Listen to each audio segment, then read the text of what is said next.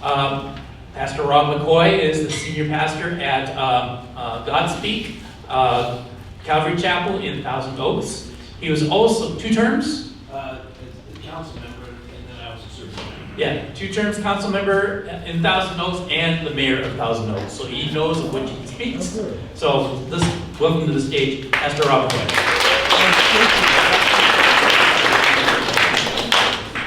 Well, thanks everybody for coming out. I drove all the way from Phoenix, and my son's getting ready to get married, so I got to get back as soon as I'm finished. But I'll go anywhere at any time if we have a room of people willing to make a difference. And as you saw me say on the film, we're not in charge of the outcome, we're in charge of the obedience. And there's something happening across the country. I work as the co-chair at TPUSA Faith. Charlie calls me his pastor. Charlie Kirk does. I call him my friend. I'll go anywhere with him and with Turning Point. I'll speak to audiences of 550, 500, 5,000. And we're committed to this because we know that the beacons of liberty in America fall right on the shoulders of the pastors. The church is the beacon of liberty. Liberty is not man's idea, it's God's idea. 2 Corinthians 3:17 says, where the Spirit of the Lord is, there is liberty. Now, as pastors, and I'm still the senior pastor at Calvary Chapel Godspeak, and as you know, I was also the former mayor. And it was a time, I was the mayor there when 12 of our young people were shot in a country western dance hall. 2 were from my congregation. A gunman went in and killed them on college night. And then our entire city was encircled by flames as these fires broke out. It was surreal. It was a week from hell. And God used me in that office to minister to an entire city. And for those of you who think politics is dirty, it is. But guess what? So's the church. And if you think that you're tired of voting for the lesser of 2 evils, well, I got news for you. Unless Jesus Christ is running for office, you'll always be voting for the lesser of 2 evils. That's the truth. Aristotle said politics is the highest form of community. It combines morality with sociability. If God didn't intend us to be in politics, He would have never invented marriage. I know it's funny, but think about it. You have rules of engagement. And that happens at every level of society. And I understand, as Protestant ministers, I don't see any priests in here. But even when we speak to our Catholic brothers and sisters and others as well across the country, I point out this idea that pastors think that peace is the absence of conflict. But peace isn't the absence of conflict. Peace is the presence of Christ in the midst of the conflict. And what we've been indoctrinated and inculcated to believe is that somehow we just preach the gospel. Now, I'm part of Calvary Chapel. We teach expositionally all 66 books of the Bible. When we're done with Revelation, we begin at Genesis. We teach verse by verse, chapter by chapter, book by book. And the reason why I say that is because in 1968, when Calvary Chapel was started by Chuck Smith, who I knew very well, in 1968, Reagan was governor of California, and Chuck was in California. Reagan was governor. It was a red state. It was a state of the future. We just completed the California Aqueduct, a marvel in civil engineering where you took all the snowfall from the Sierras, you channeled it into the most fertile farmland in all of America, the San Joaquin Valley, that produces more cotton than the entire South combined. The state has more oil reserves, they estimate, than possibly Texas, that have been untapped. The state, in 1968, had the 4th largest GDP, gross domestic production, of any state or of any country in the world. It was amazing. But also in 1968, we'd had the My Lai massacre in Vietnam. In 1968, Reverend Dr. Martin Luther King Jr. was shot on a balcony of a motel in Memphis, Tennessee. Bobby Kennedy was shot in Los Angeles by Sirhan Sirhan. And all these political leaders of our young people who were hoping for hope and change watched as their friends were being massacred on battlefields in Vietnam, and their political leaders were being assassinated. And the warp and the woof of the fabric of our country was being torn apart by an intrusion or an invasion of Marxism. My father had 3 tours of Vietnam. When he came back, I remember we were stationed in Washington, D.C. We were at the Washington Monument. My dad was in his full uniform. There were protesters, and they began to throw things at us. And I remember stepping behind my father at 7 years of age and saying, "What's wrong?" This nation was in a free fall. And Chuck, when he looked out at the sea of humanity, because the church didn't respond, the church had nothing to say. It had abdicated its responsibility in the public square. And as a result, you see, you used to go to a church to get your voter guide. The church was the center of the community. But then the church abdicates responsibility by the simple idea, and it's a truncated gospel, it's myopic, where it says, "I just preach the gospel." What are you talking about? "Well, I preach the death, burial, and resurrection of Christ. You believe in your heart, confess your soul, Jesus is Lord, you will be saved, the glory of the Father, amen." I throw the net out every Sunday. But that's not the entirety of the gospel. And I'll give you a perfect example. Chuck decided, because of the disillusionment of all these young people, and what had happened is, the church didn't speak to the issues of the day, so they checked out of the church and they checked into Eastern religions and experimental drug use. And they ended up awash on the shores of California as what was called the hippie movement. And Haight-Ashbury, San Francisco. And as a result, Chuck and Kay looked out at the sea of just disheveled humanity and reached out to them.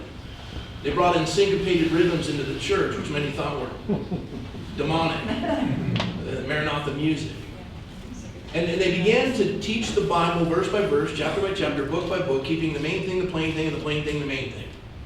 And it's funny because charismatics look at Calvary Chapels as conservatives, and conservatives look at us as charismatics. So we're right there in the middle. We believe in the gifts, we just keep them in the closet. But what was funny is that when we stood in opposition to the governor telling us that the church was non-essential, let me just ponder that for a minute. Yeah. The governor is telling you that the bride of Christ is non-essential. Hello? And Charlie Kirk made the worst prediction in radio history. I was with him. He said the church isn't going to take this stand. Sit him down. They will revolt. And he was shocked that they didn't. You know, a handful of us stood. And I was just talking to Che, Pastor Che. And we were cracking up. Because the 3 prominent pastors that stood, now, John MacArthur's in the book of Who's Who, and Papa Che's in the book of Who's Who. I'm in the book of Who's He, but I stood. Now God took John MacArthur. John MacArthur that's not what he does.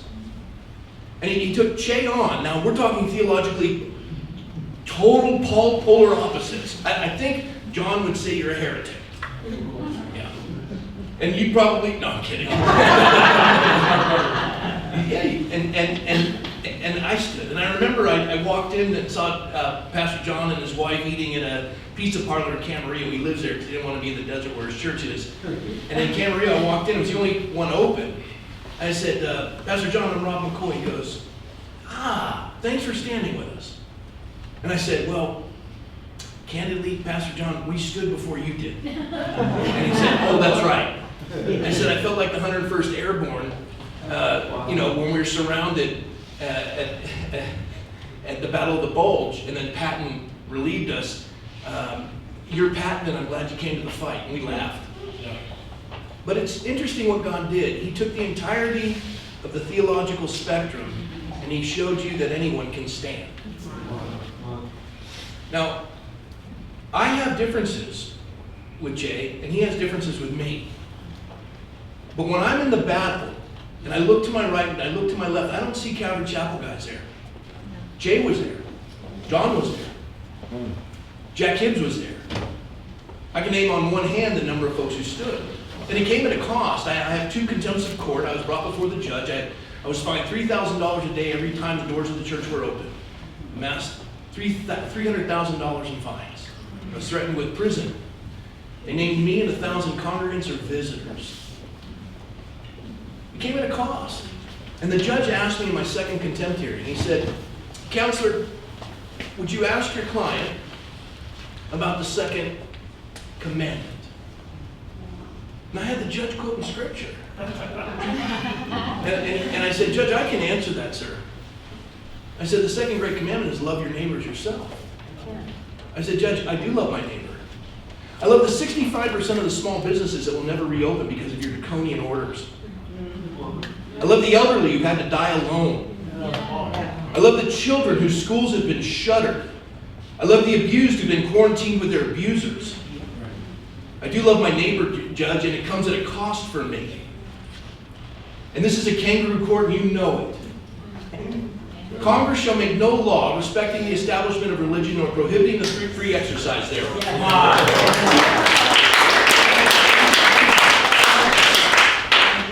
I was found guilty. Which I consider a great honor. And some of you say, "Well, what about Romans 13? That we're to submit to those in authority." Yes, we are. Read about Jonathan Mayhew, because you're in a country that has had more freedom than any other nation on the face of the earth in 6,000 years of recorded history. Jonathan Mayhew died before this land became the United States of America. But he inspired the founding fathers when he exegeted Romans 13. And he said, yes, they are there for, that we are to submit to all positions of authority. But he says, they are there for our good. He says, when they cease to do good, they cease to be the authority. Romans 13 is not unlimited submission.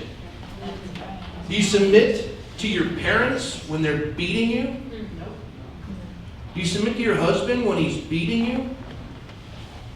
They're there for your good. It's not unlimited submission. That's what ruined Germany, which was the hotbed of the Reformation. And within 2 generations, it became a killing machine for the gassing and the incineration of 6.5 million Jews, and over 50 million people died. And I look at this and I think, the church is supposed to be the place where we contend for freedom and liberty. We're created in the image of God. And He's created us to be free and accountable to Him. And no one gets between man and God. You see, when our founders established the 3 branches of government, out of Isaiah 44:22, the Lord is our king, our lawgiver, and our judge, executive, legislative, judicial branches of government. They established this, and in the Constitutional Convention, they were loggerheads because the more populated states wanted more representation, and the smaller states wanted equal representation. And then there were slaveholding states that, though they didn't want to allow their slaves to vote, they wanted them to be represented, and on and on and on they argued. And the Constitutional Convention came to loggerheads, and they were dispersing, and it was over. And it was there that Benjamin Franklin, the only founder that had his signature on the 3 major founding documents of our country, the Declaration of Independence, the Constitution, and the Paris Peace Agreement. And he stood up and he gave a prayer.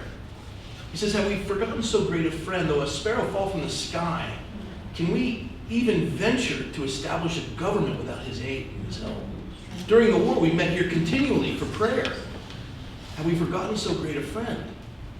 And then he said, I propose that we adjourn for 3 days of fasting and prayer and return here. And they did. And they came back.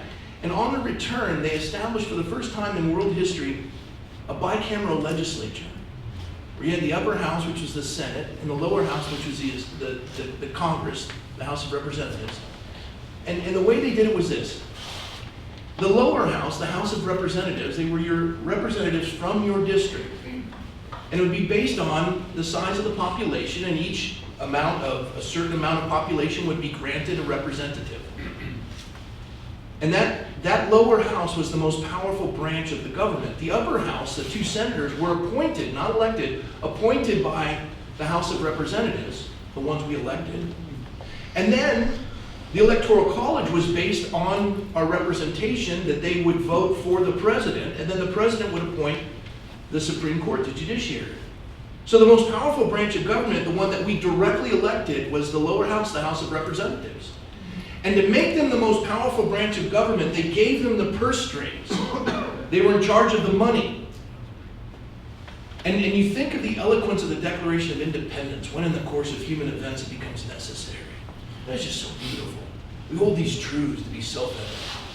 And all men are created equal and endowed by their Creator with certain inalienable rights, among those being life, liberty, and pursuit of happiness. For this purpose, governments were instituted among men, the preservation of those inalienable rights. And you think of the beauty of that. You even think of the beauty and the eloquence of the preamble of the Constitution, which declares the sovereign of America in its first three words.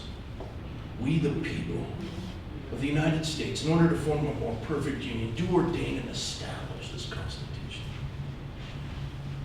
People want to run for office, and they ask for my endorsement. I said, okay, how many articles are in the U.S. Constitution?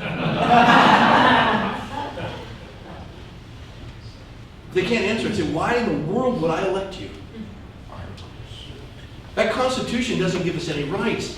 It protects my rights from being usurped by you who would seek to rule with my authority. You understand that? And so we get to elect these representatives in the lower house, powerful. In the eloquence of the Declaration, the eloquence of the preamble, and then the Bill of Rights. The first 10 of, I even asked this of candidates wanting to run for office, how many amendments are there? If they can't answer that, I say, go do your homework before you run for office. There's 27, and I want you, when you come back, to tell me the first 10.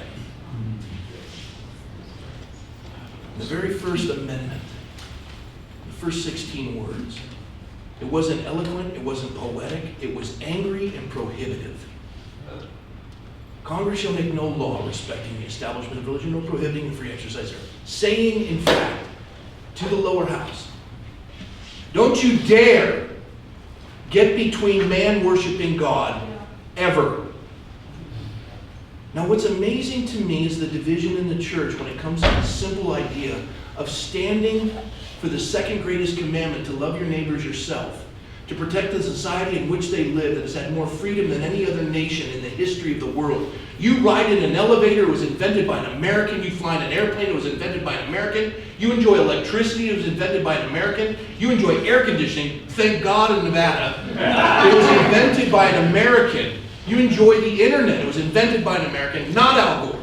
And all of this for a nation that represents 4% of the world's population.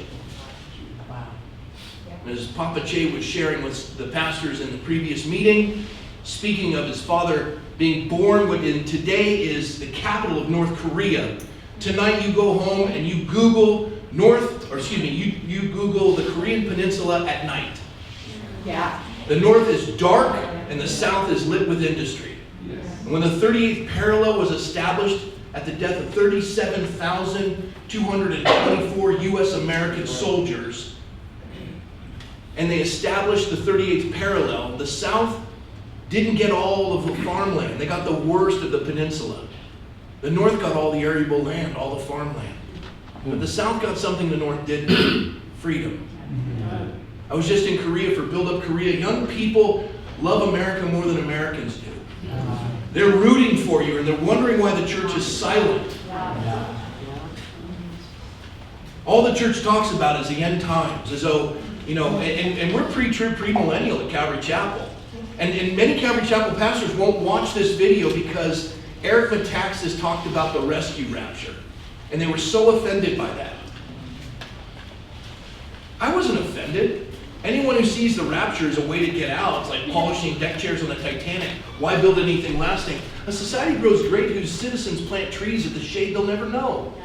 And even if we are pre-trib, pre-millennial, we don't know the day or the hour.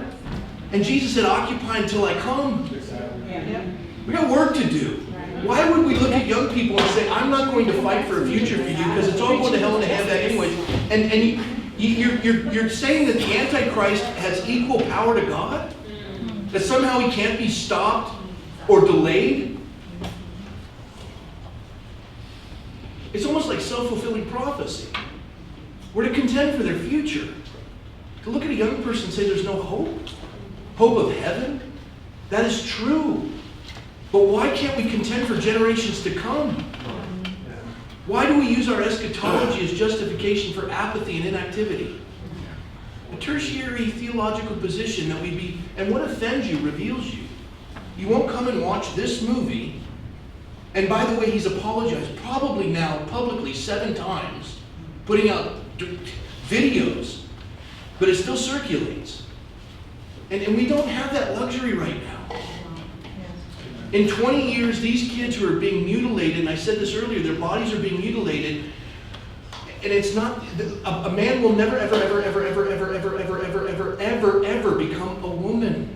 And a woman will never, ever, ever, ever, ever, ever, ever, ever, ever, ever. You put 100 people on an island, 50 of them are biological males, and 50 of them are biological males who have transitioned to females. And you come back in 100 years, it'll all be bones. You put 10 biological males and 3 females, biological females, and come back in 100 years and you'll have a thriving island. Maybe they kill each other because there's only 3 females. And I come back to this. 1968. Chuck begins to preach to these burned out hippies, teaching them the Bible verse by verse, chapter by chapter, book by book. You know what? The church grew 10,000%. 10,000%. There's now over 1,800 Calvary chapels around the world. One of the fastest growing mission movements in the world. At one point, 3 of the 10 largest churches in America were Calvary chapels. We had the Harvest Crusades with Greg Laurie and the Somebody Loves You Crusades with Raul Reeves. Amazing. The lion's share of those churches are in California because they were all surfers. South from Van Nuys, which is in Los Angeles, south of Van Nuys to the Mexican border, there are more Calvary chapels than there are Dunkin' Donuts.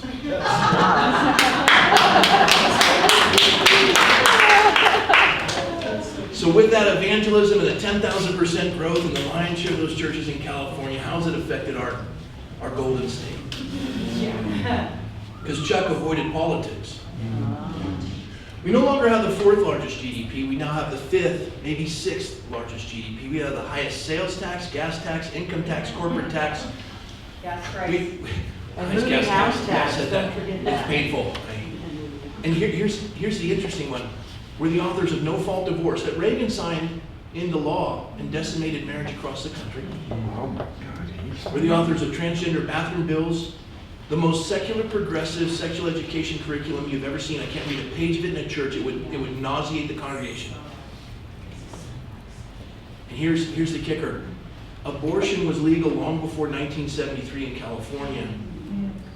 And we don't just rip the baby apart in the womb of its mother and flush its parts into the sewer system of the state. We harvest the baby's organs on the downbeat of the heart. And it's estimated that we've aborted more children in California than the current population of Canada. So where's the power of the gospel? Oh, I just preach the gospel and I avoid politics. Where's the power of that? What's it doing? You're not contending for the welfare of your neighbor, to love them as you love yourself. We can't avoid this. To cause one of these little ones to stumble would be better for us to have a millstone tied around our neck, cast in the deepest ocean. We have to stand. Look, I'll close with this.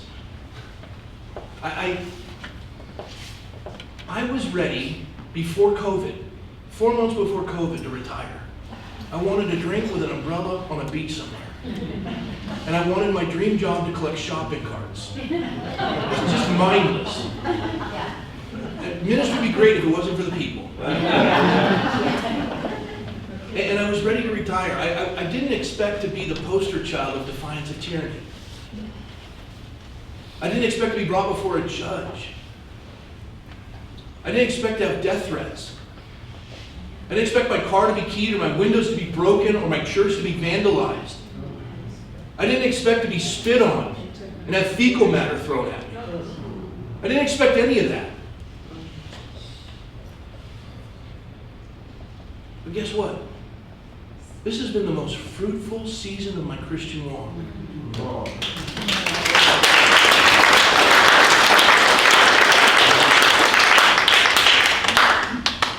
My wife is amazing.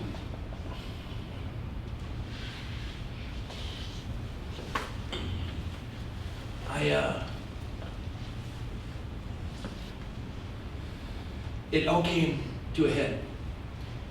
When they put the restraining order on, and they named me and 1,000 congregants or visitors, and if I was going to open the doors on Sunday, the likelihood I was going to be arrested.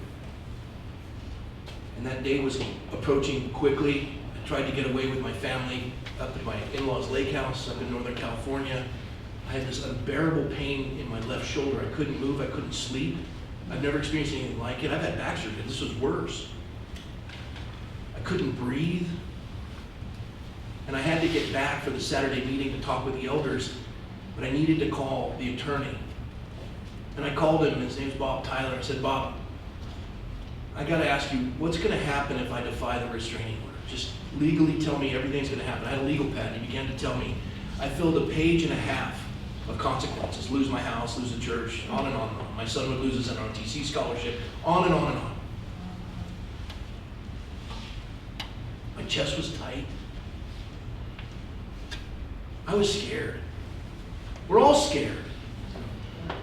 We're all scared. Courage isn't not being scared. Courage is what you do when you're scared. And I was overwhelmed. But I knew I had to do it. I said, Bob, I'll call you back. And I hung up, and I called my wife, and I said, honey, these are the consequences. I really feel God's telling me to do it. But I'm not doing it without you. She invoked Richard Warbrand's wife's quote. This woman's amazing. She said, Rob, I'd rather be a widow than be married to a coward. Wow.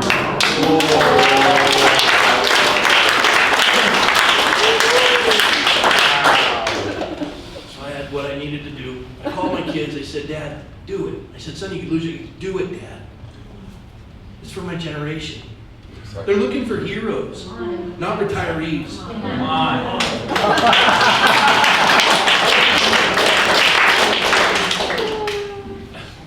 I called my elder board, and I said, I'll see you Saturday. I said, okay. And I didn't tell them what I was going to do. And then I called the landlord, West Texas fella. He owns a church. He's a Christian. He's a billionaire. I called him, I said, I have a fiduciary responsibility to you. I'm planning on defying a restraining order tomorrow, and they could take your building and lock it up.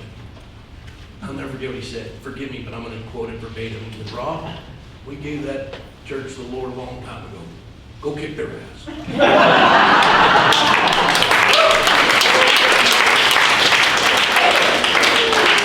So I did due diligence. I called the attorney back. I said, Bob, I know you can't counsel me to break the law, but I'm going to defy the restraining order tomorrow. Will you defend me? He said, absolutely. I was with my son-in-law at the airport because we were catching the flight back to Burbank to go to church and tell everybody and open the doors. And I turned to my son-in-law, and he goes, you're standing up straight. I go, yeah? He goes, you were huddled over before. I go, the pain's gone in my shoulder. It just lifted like that. Now, I'm not a hyper crazy charismatic, like, but that was legit. And then I got to the elders, and we had 15 elders. I'm trying to get 15 guys to agree on anything. And I prayed about it, and the Lord showed me what to do.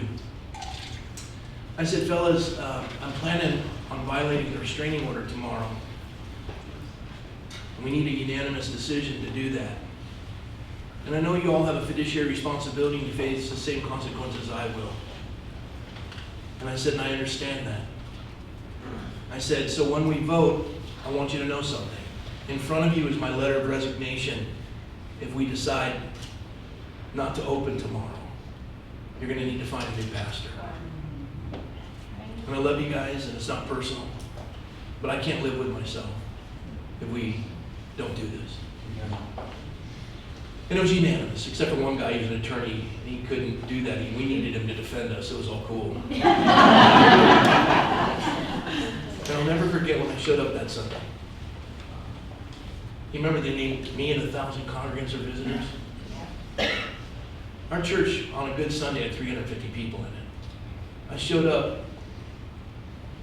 Surrounding the outside of the church was hundreds, if not 1,000 people that come from all over, some from other states, saying, we'll take the the citation, you guys worship in peace.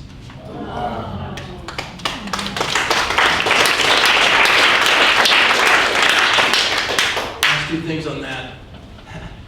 We had helped, when I was on the city council, I helped a man open a gun store. In California, guns are like, the devil. And it was the first gun store in Ventura to be open, and I stood for his constitutional rights, Second Amendment, to open that store. And I got the other council members to do it. And he was an atheist, and my son-in-law was an avid, gun enthusiast, and his friend went and drywalled his store and helped him open it. He goes, "Why are you doing this?" Because we believe in the Second Amendment, but you can't protect the first without the second. And he said, "Well, I'm not really into the first." He says, "You should be." And they just ministered to him. And when I showed up that Sunday, his sign was my favorite. He held this sign up and made it on the news. It said, "It took this kind of SHI to get this atheist to church."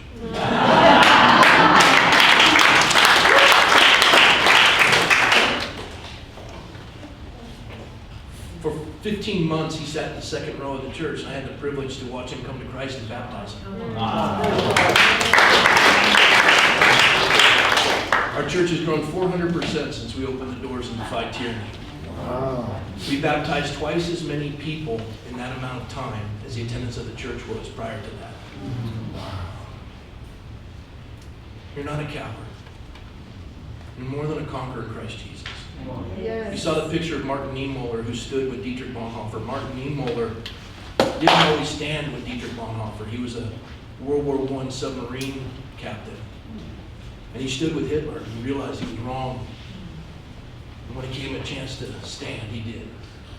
Look, the measure of a man is not his inability to make a mistake, it's what he does after he makes a mistake. Forget what's behind.